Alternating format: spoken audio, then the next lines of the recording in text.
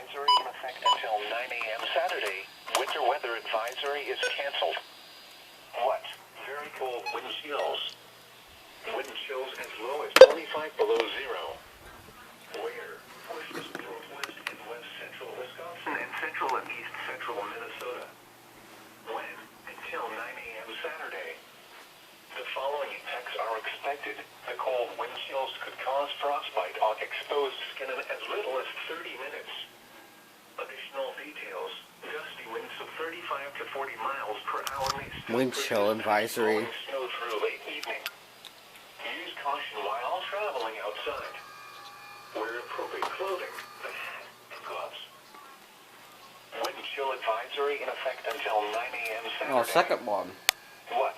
Very cold wind chills. Wind chills as low as 25 below zero. Where? In Wisconsin, St. Croix County.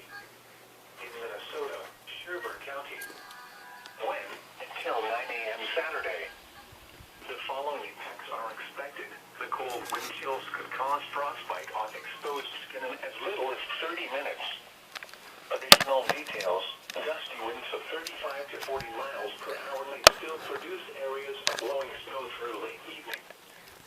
Use caution while traveling outside. Wear appropriate clothing, a hat, and gloves. Wind advisory remains in effect until midnight tonight. What? Here we go, another wind advisory. 25 to 30 miles per hour with gusts up to 60 miles per hour. President canceled the wind advisory. Portions of southwest and west central Wisconsin, northeast Iowa, and southeast Minnesota. When? Until midnight tonight.